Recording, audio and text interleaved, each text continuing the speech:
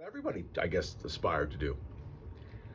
But what I found, what was a little bit upsetting to me yesterday, is I found that this particular person who is set to retire because of the ineptness of the political machine of the state of Connecticut, in particular, the governor's office, because of the ineptness of negotiating not only this, existing contract, but past contracts, and the idea that there is this coming avalanche, or let's say cliff, that people are going to fall off when they leave their job because of different, sort of circumstances. And the state of Connecticut, we've talked about this. Actually, Red Yankee's going to be on here to talk a little bit about this today, when the state of Connecticut is going to be looking for a way to figure out how to keep employees because they can't train people fast enough. This is where this topic is coming into play today. I know someone who is going to make, are you ready for this? Sit down. Somewhere in north, 600 and change dollars a day, plus their original salary, for 4 months of quote unquote supervision, job transition, if you will. Like they are going to oversee the hiring of new people to take over their job at essentially a bonus of 60 grand. Now that's one employee in the state of Connecticut that's planning on retiring soon. How many other employees does that actually affect? How many, big bonus babies are going through, the next couple of months of their existence in the state of Connecticut, cash and checks written by me and you for exorbitant amounts of money? Now, I don't blame this person, not at all. How can you blame somebody who is doing what the system allows them to do? It's not an illegal move. It's not even immoral. You do it. If you had the opportunity, you would absolutely do it. But it's a flaw in the system that is obviously uncorrected.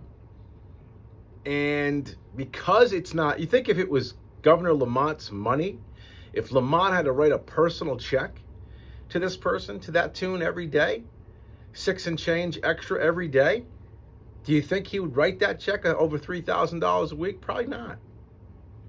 Probably figure out a way around it. Yet, because it's my money and yours, he's willing to write that check. And how many checks are being written similar to what this person that I know is getting? I mean, how many? Hundreds, thousands maybe, of people who are being asked to stay on for extenuating circumstances or periods of time?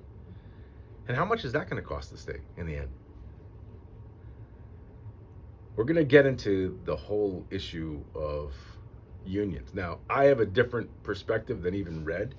I'm more, God forbid, I'm actually more liberal probably than Red on this. I think if you've negotiated a contract, that contract should be honored.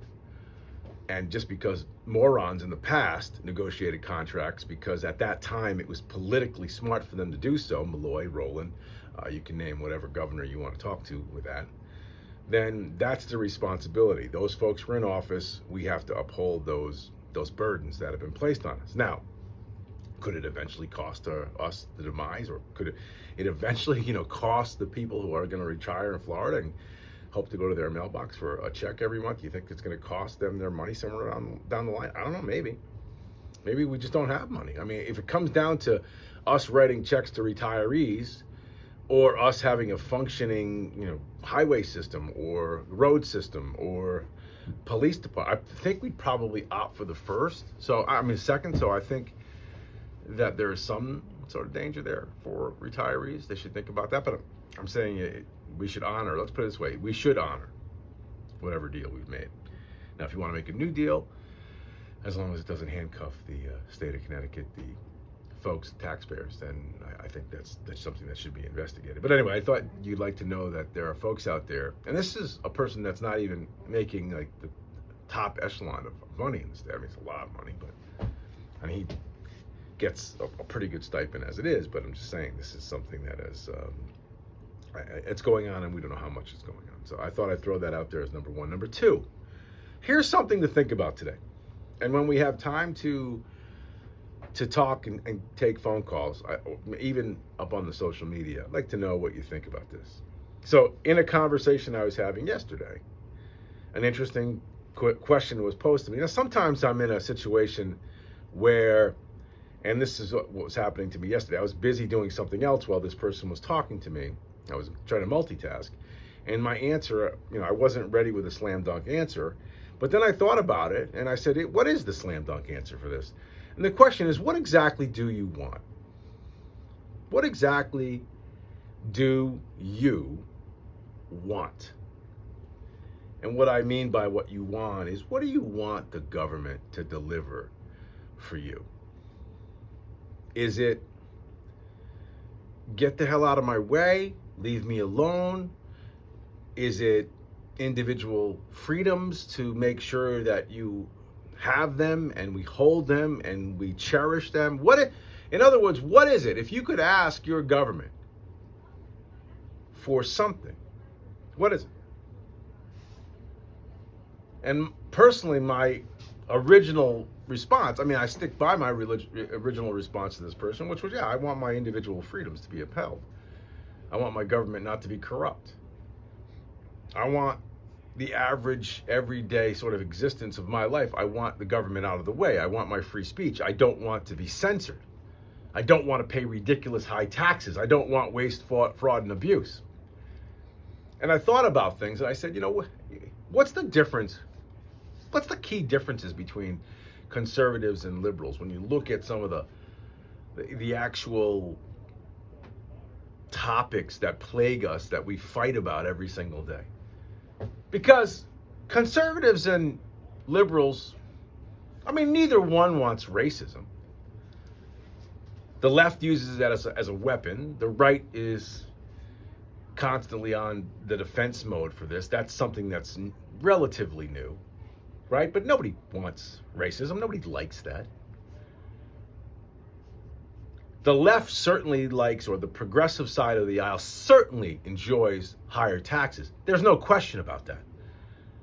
Now, they themselves may not want to pay it. They want to pass that burden on to others. Most progressives would be in line for an 80 or 90% tax rate for the ultra rich. That's a true fact. Now, they won't, get into the nitty-gritty details about what that would actually do and how that would affect everybody else, but they would love a 90% tax rate for a lot of folks who are super wealthy. And of course, corporations, they hate corporations. And, there's a lot to be said about negative about corporations. There was a bunch of videos and some information I was looking through yesterday regarding corporations and how corporations are reacting to the inflation, and how some corporations actually use inflation as a way to increase their profit margin and all of that. And you know what I say to all that? Don't buy the product, right? If you go to the store and something you bought 3 months ago now is 3 times as expensive, don't buy it. Buy something else, or don't buy that. You're not going to cease existence if you don't buy a certain brand of cereal, or your favorite chocolates, or a certain brand of soda, or whatever it is, chips, whatever it is. If bottled water goes from $1 a jug to $3 a jug, don't buy it. You want to hurt these corporations / businesses that, according to most of our progressive friends, are raping you, essentially? Don't buy the product. Find something else. Do something else. There are alternatives. Now, obviously, there are some staples that you can only get in certain places. That's maybe a different thing that we'd have to talk about. If you have certain things that you have to survive. There are obviously gas and things of that nature. It's different. Can't boycott gas. But you can be your own arbiter of what is worthy of your dollars. Instead of blaming other folks all the time. I'm sick and tired of people blaming everybody else for their issues. Just accept the personal responsibility. Be smart. I mean, if there's something that's bothering you, if there's something that is plaguing you, don't buy. If peanut butter goes from $4 a jar to $7, go a month without peanut butter. Go 2 months without peanut butter. You're not going to die. Use your resources wisely. Use them where you need to have things. I don't know. I mean, I don't even know if that makes any sense. But again, going round and round on that, back to the initial question is, what do you want? As an American, a free American, what do you want? I mean, I want our borders secure.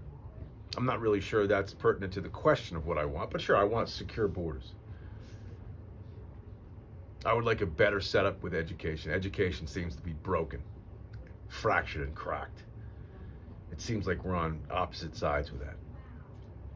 Conservatives and liberals and conservatives and progressives, we all want clean air and clean water. There's no question how we get there. Social issues, obviously a serious, maybe some butting head positions. But for the most part, most people have come to the place now in their lives where they don't care what you do behind closed doors, as long as you don't negatively affect somebody else. I mean, it's pretty simple where we are. But the question is, what do I want? I don't want a government that is fat and bloated and, for lack of a better term, I was going to say a swear, but wasting my money, my time, my efforts. And I want them to pay attention to what the Constitution says, that they have limited powers, that they work for me. And this thought, by the way, another point that was made that I don't have time to get into, I'll have to get into later. But no, we're not the same country we were 50 years ago, 60 years ago. We're rowing this boat in a million different directions. This political divide has really been tough for us to conquer, right? It's tough. It's a different nation. It's more of a selfish nation, which in some cases isn't that such a bad thing, but overall, we'd be better served by being one nation, under God.